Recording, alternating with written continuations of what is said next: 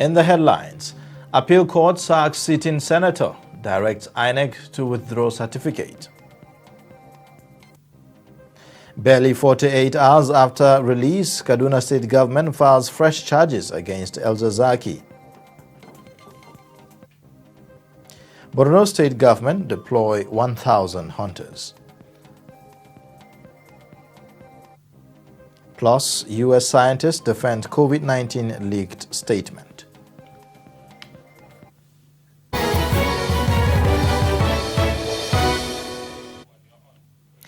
Hello and welcome to Trust News Update. I am Odey. For more news and latest updates, subscribe to our YouTube channel and follow us on all our social media platforms.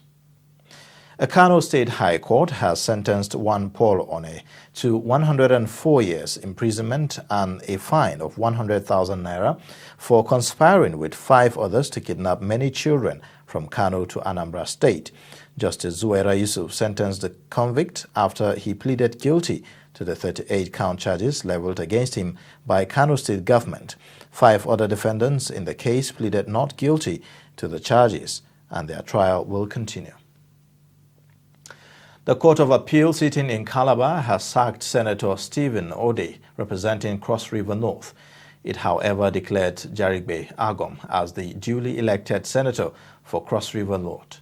A 3-man panel of justices led by Justice Chioma Iheme made the declaration in a ruling on Friday in the Cross River State capital. By the decision, the appellate court sacked Senator Stephen Odey, who represents the senatorial district in the National Assembly. It declared Jarigbe as the lawful candidate of the People's Democratic Party in the Cross River North Senatorial District by-election conducted by the Independent National Electoral Commission on December 5, 2020. The court also invalidated the certificate of return earlier issued to Senator Odey by INEC and directed the Electoral Empire to withdraw it. Meanwhile, the Independent National Electoral Commission on Thursday released the final list of 478 candidates nominated for the FCT Area Council election. INEC National Commissioner and Chairman, Information and Voter Education Committee, Festus Okoye, in a statement issued in Abuja, said the Commission met on Thursday and deliberated on a number of issues, one of which was the conduct of the Area Council election in the Federal Capital Territory, scheduled for February 12, 2022. Now, the Kaduna State government has filed fresh charges against the leader of the Islamic movement in Nigeria, Sheikh Ibrahim El-Zakzaky. This comes less than 48 hours after the embattled Iheme leader was discharged and acquitted by a Kaduna State High Court. Justice Gideon Kurada had on Wednesday discharged and acquitted El-Zakzaky and his wife Zinat from the 8 charges pressed against them by the state government for lack of merit. However, not satisfied with the ruling, the state government on Thursday filed a fresh 7 charges against the Iheme leader at the Federal High Court. On security matters, Borno State government has recruited about 1,000 local hunters to boost the fight against insurgency in Maiduguri metropolis, Jere, Konduga and Mafa local governments. Governor Zulum, while inaugurating the local hunters, said the decision to incorporate the group into the security architecture is to complement the efforts of the civilian JTF.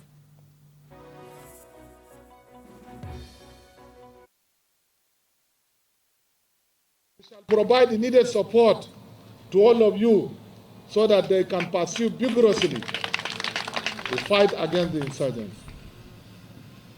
It could be recalled that small number of insurgents, I can say criminals, are maneuvering around these local government areas and preventing our farmers and our small businessmen to carry out their legitimate activities.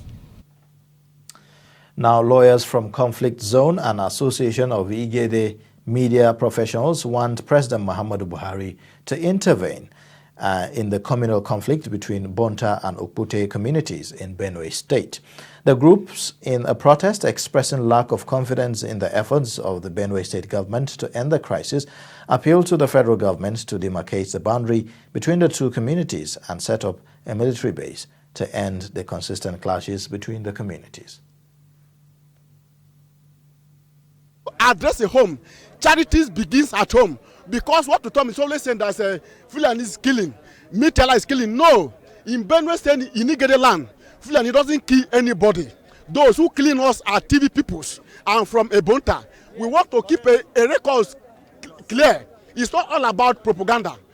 What we are calling on the federal government under the leadership of President Muhammadu Buhari to do is, one, to urgently deploy troops to the crisis areas, because the crisis has taken a new dimension, and even Igede that are not part of the crisis have been attacked. Two, to serve to bring a lasting peace to that area, there should be a boundary demarcation. Mr. President should prevail on Governor Tom to urgently demarcate the boundary so that peace will reign.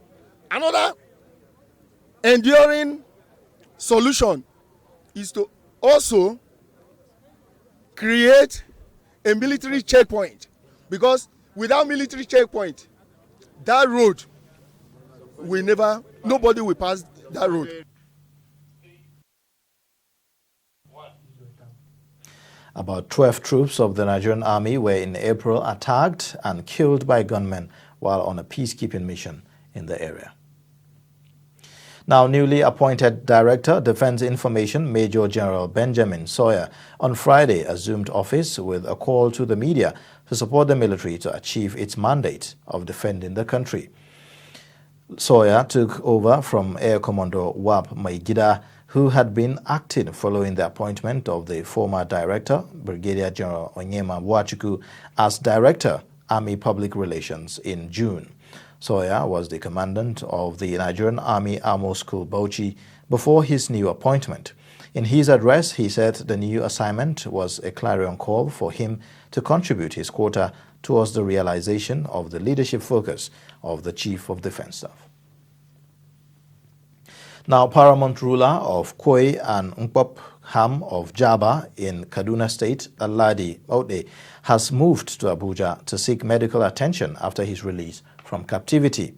The traditional ruler is accompanied by a team of operatives from the Nigerian Navy to an unnamed hospital in Abuja. Natives of Jaba have been expressing gratitude since the release of the monarch on Wednesday.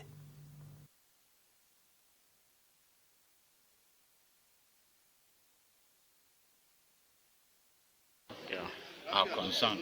We are so happy, so grateful to God that He has granted this opportunity to us once again. We will remain grateful, and particularly to those who pray for us, and God has answered our prayer. Well, we are really grateful to God because we believe without His hand, this thing will not be possible, first. And we thank almost everybody that heard about this incident and endeavor to do something to bring our hearts, that is to a kind of comfort as one, and many other persons try to see that they look for ways that he can be released. You're watching Trust News Updates, and coming up after the break, Nigerian farmers turn to modern technology to increase yields. Details and more coming shortly. My name is Samuel Dada. Yakubu Isa, ana mana ɗabi da jeji. Aminu Musa. A wannan harkar ce muke dan samun abinci, an muke taimaka mu wasu da yawa. Looking for private jobs. Sometimes you get employed and the process of payment, you undergo some kind of stress.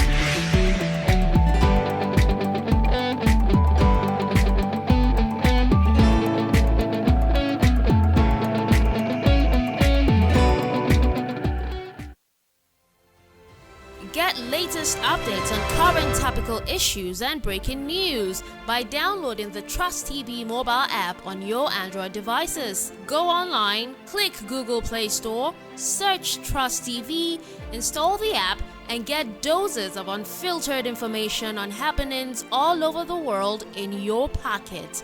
Trust TV, documenting the Nigerian story.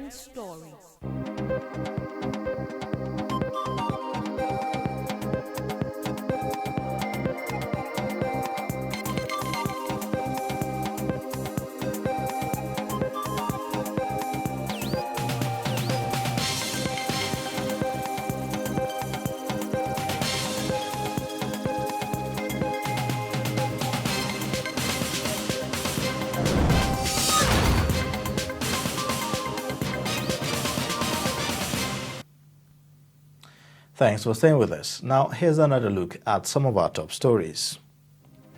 Appeal Court sacks sitting senator, directs INEC to withdraw certificate.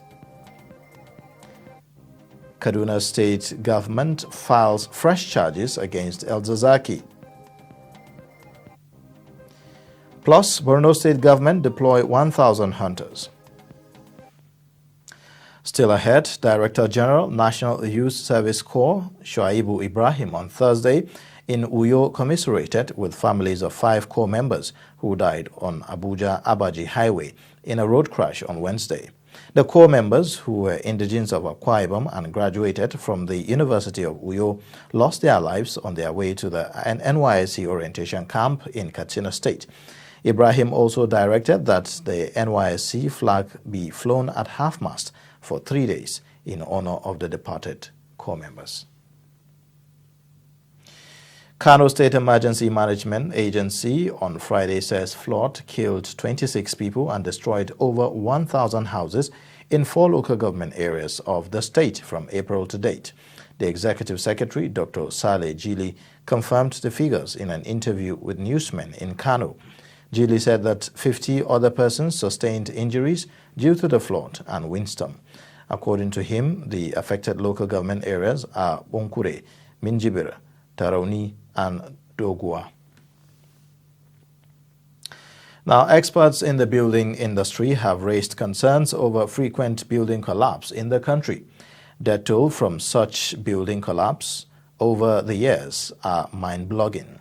Trust TV's Hussaina Usman reports that some express fears that high cost of building materials has made many builders to lower standards, a disaster waiting to happen. According to Nigerian Institute of Building, at least 43 buildings under construction collapsed in 2019 alone.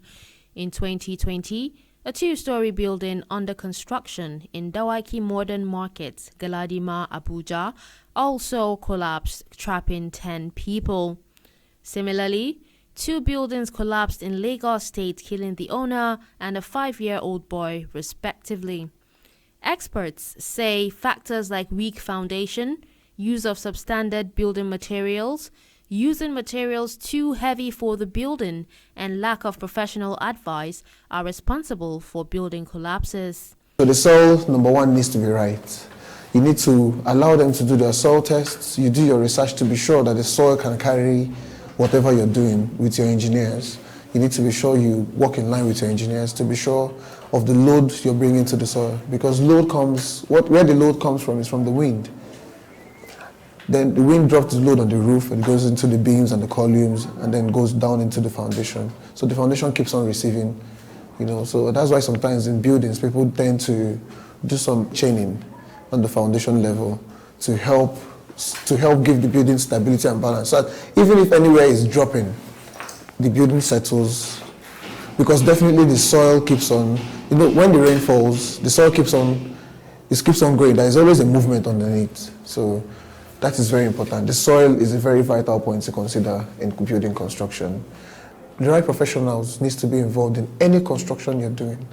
Don't say because you have an idea what you want to build, you could actually employ an engineer leaving off an architect to just come and do anything on the site. No, it's not right. Your architect needs to be involved. Everybody has to work as a team. to get your building ready and get your design ready and know what could fit in where it could fit in and what could carry and what it could carry. Building collapse is not restricted to developing countries alone, as a massive 12-story tower outside Miami in the U.S. collapsed on June 24, leaving 98 people dead. Dashan Hussaina Usman, Trust TV News, Abuja. Now, to bridge the gap of supplying seedlings to farmers in Nigeria, agricultural experts are now turning to modern technology of mass-producing seeds for in and out of season farming.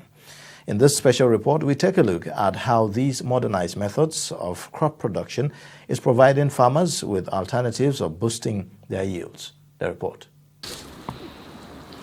In Abuja, Nigeria, Dayo Fumilayo, a microbiologist, goes round the biocrop and technology nursery, picking weeds from planted yam seedlings to guarantee the quality of the seeds soon to be disbursed to farmers. I need to get rid of this wheat. As the country grapples with food shortage, low-quality seedling has also significantly impacted on farm yields for farmers across the country, prompting government to license about 158 seed companies, in addition to existing 156, to supply farmers with quality seeds. Biocrop and technology is one of them. Our effort here, we have a better production other than what farmers give yearly. They get to stress themselves enormously before they get seedlings and all of that. But we are making it easier for them to have these seedlings by doing these whole processes.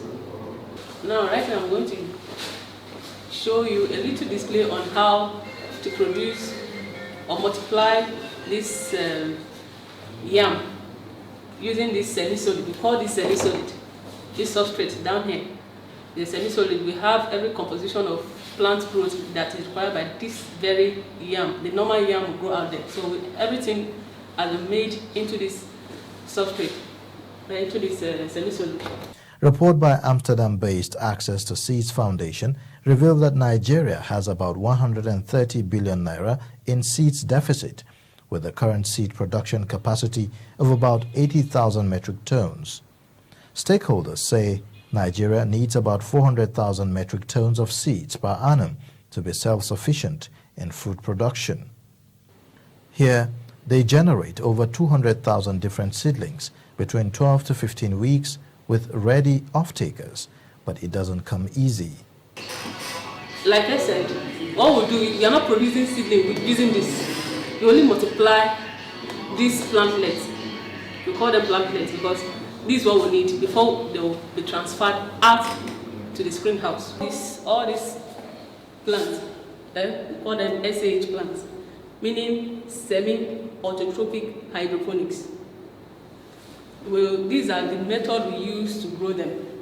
Now there's a way, after some time, let's say in 3 months' time, we take them to the screen house where we have a better growth of them after some culturing, over time, with time and all of that. So as time goes on, before you know it, we'll have a full number of them here already. With the impact of climate change and insecurity taking a toll on farmers, especially in northern part of the country, the use of new technology for mass production of seedlings provides better opportunities for farmers. Ayuba Ilya, Trust TV News, Abuja. Emmanuel Copwell is a traffic personnel popularly known as the dancing traffic warden who manages the traffic around Wuse Division in the FCT. He came into limelight when Daily Trust featured him in an exclusive interview. For his hard work and dedication to duty, Vento Furnitures awards him with some items to keep putting smile on the faces of Abuja motorists. Trust TV's Nafisa Abdul Al reports.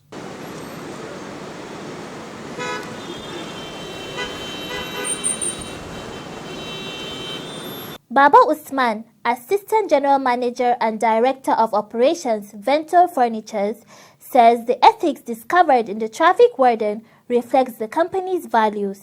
Well, it's the innovation and the new paradigm he brought in managing traffic, because in traffic people are normally stressed, are rushing to go home or go to work or go somewhere, and sometimes we can be angry, but when you come and see him, he brings joy, happiness, and a smile. He put a smile on your face.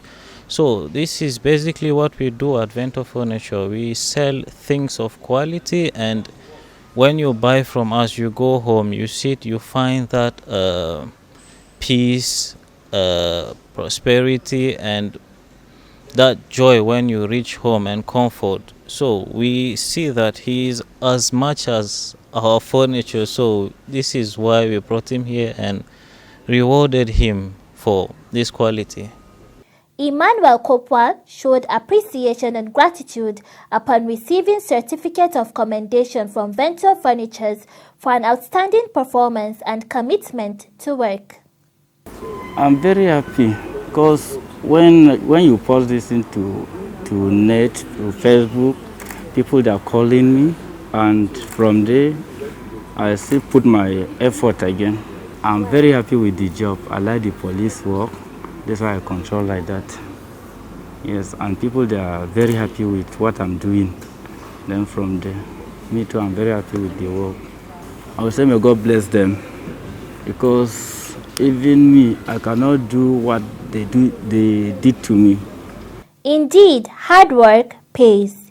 Diligence and the right attitude to work attracts recognition and commendation. Nafisa Abdul Al, Chess TV News, Abuja. That's very interesting there. 2 U.S. biology professors have clarified publicly that their signatures on a letter to the Science magazine over COVID-19 origin tracing should not be interpreted as support for the lab leak hypothesis.